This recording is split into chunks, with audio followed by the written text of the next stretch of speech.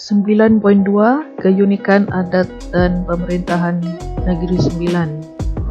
Baiklah, sebelum cikgu mulakan, cikgu ingatkan sekali lagi kepada pelajar, tolong ingat image-image serta kata kunci yang cikgu highlightkan supaya kamu mudah untuk memahami apa yang cikgu ajar.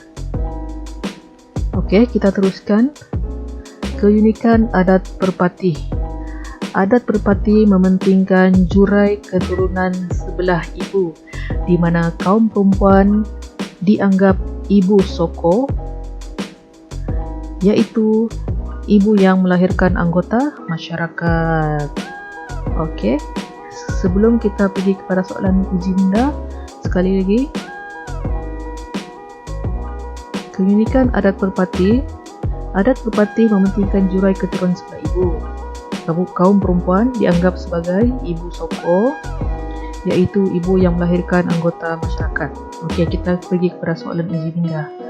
Kaum perempuan dianggap bagus. Kemudian, iaitu ibu yang melahirkan bagus. Okey, kita teruskan.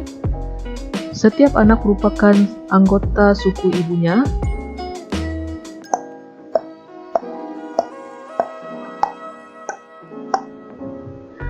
Dan anggota suku dianggap sedarah kerana berasal daripada moyang perempuan yang sama sebelah ibu. Sedarah. Keunikan adat Perpati dari segi pelaksanaan hukuman. Adat Perpati bersifat pemulihan dengan memberikan pertimbangan terhadap pesalah ke arah kebaikan. Kemudian, adat Perpati ini juga mengutamakan perasaan dan juga kepentingan pesalah, dan sekiranya berlaku kesalahan kecil, maka boleh diselesaikan dengan saling bermaafan ataupun memberikan denda yang ringan.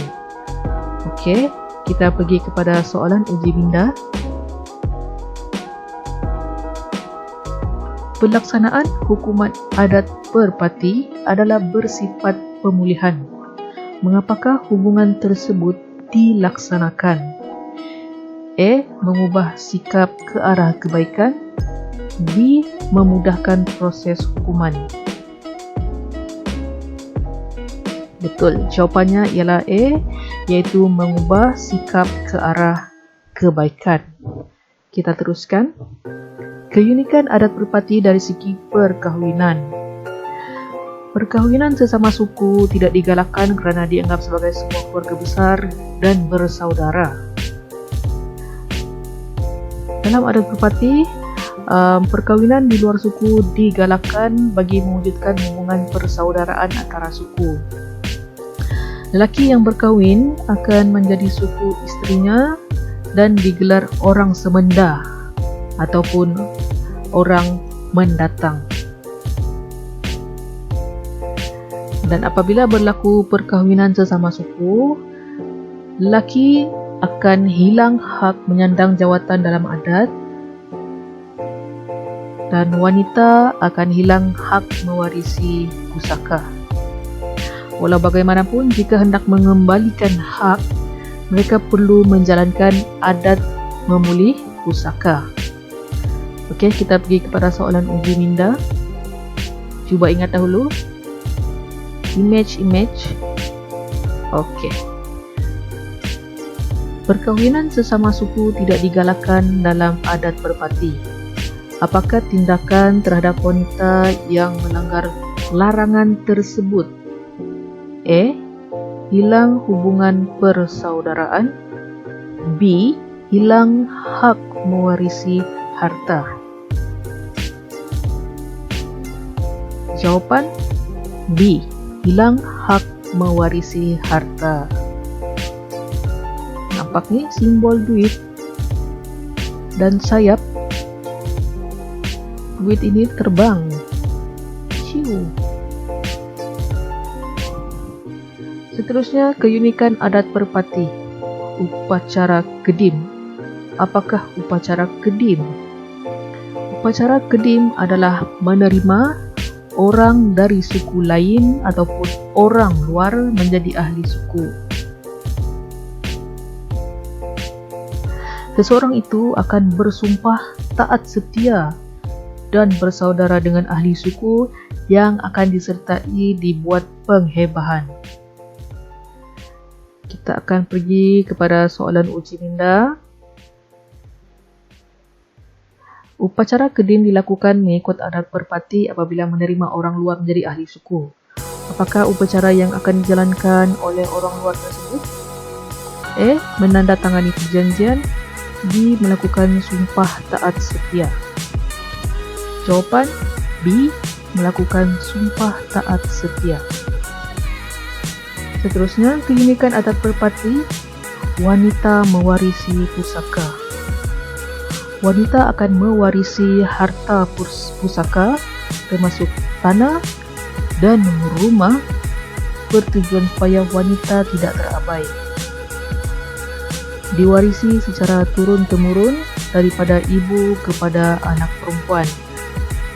Okey, tiba masa untuk soalan uji minda yang seterusnya. Cuba ingat soalan uji minda.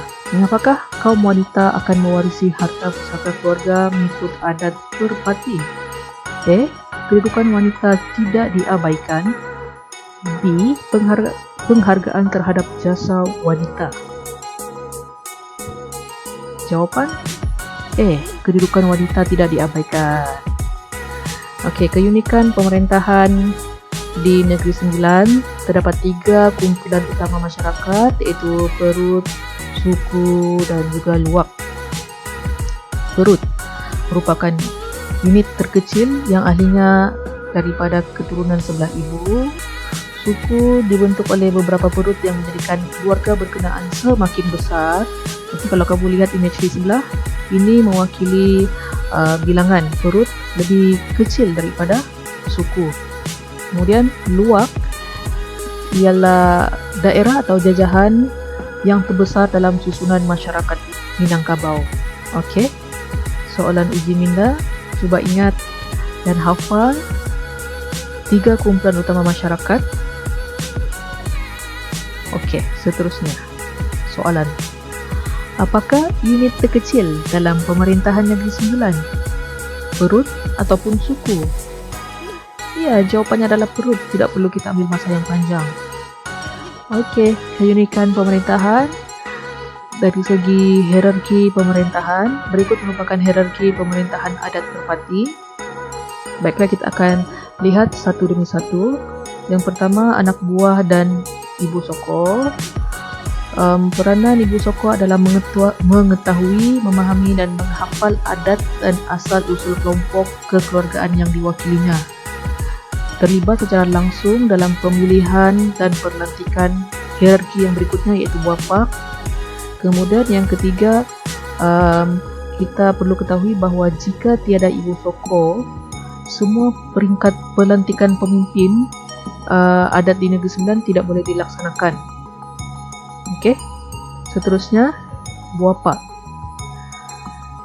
Anak buah dalam perut akan melantik seorang ketua yang digelar buapak. Buapak ni merupakan ketua rujukan dalam aspek yang berkaitan dengan adat dan juga hukum. Baiklah, tadi cikgu sudah sentuh 2 hierarki, iaitu anak buah dan ibu soko serta buapak. Baiklah, sekarang ni kita akan pergi kepada soalan uji minda. Bersedia? Apakah peranan buapak? A. Menjadi ketua rujukan berkaitan adat. B. Menghafal adat dan asal-usul kekeluargaan. Jawapan ialah A, iaitu menjadi ketua rujukan berkaitan adat. Macam terlampau cepat tak cikgu tekan? Okey, seterusnya kita pergi kepada hierarki yang berikutnya, iaitu lembaga. Lembaga ni merupakan ketua suku dilantik oleh buapak, dan peranan ketua suku ialah memberi undang dan penghulu, menjaga keamanan dan keselamatan, menyelesaikan pertelingkahan antara suku serta mengurus pembahagian harta pusaka. Undang merupakan ketua luwak yang dilantik oleh lembaga, yaitu hierarki yang berada di bawah undang. Undang yang 4 ialah Undang Sungai Ujong, Undang Jelebu, Undang Johol, dan Undang Rembau. Undang yang 4 akan berkerapatan bagi memilih seorang yang layak daripada keturunan Yang Tuan Radin untuk menjadi Yang Tuan Besar atau yang di Pertuan Besar. Kalau kamu lihat di hierarki yang tertinggi itulah. Peranan Yang Tuan Besar ataupun yang di Pertuan Besar ialah Ketua Negeri dan juga merupakan lambang kesatuan dan persekutuan. Seperti mana yang diperkatakan tadi, Yang Tuan Besar ataupun yang di Pertuan Besar ini dipilih oleh Undang berempat. Sekian saja sesi pembelajaran kita hari ini. Bertemu lagi. Bye-bye.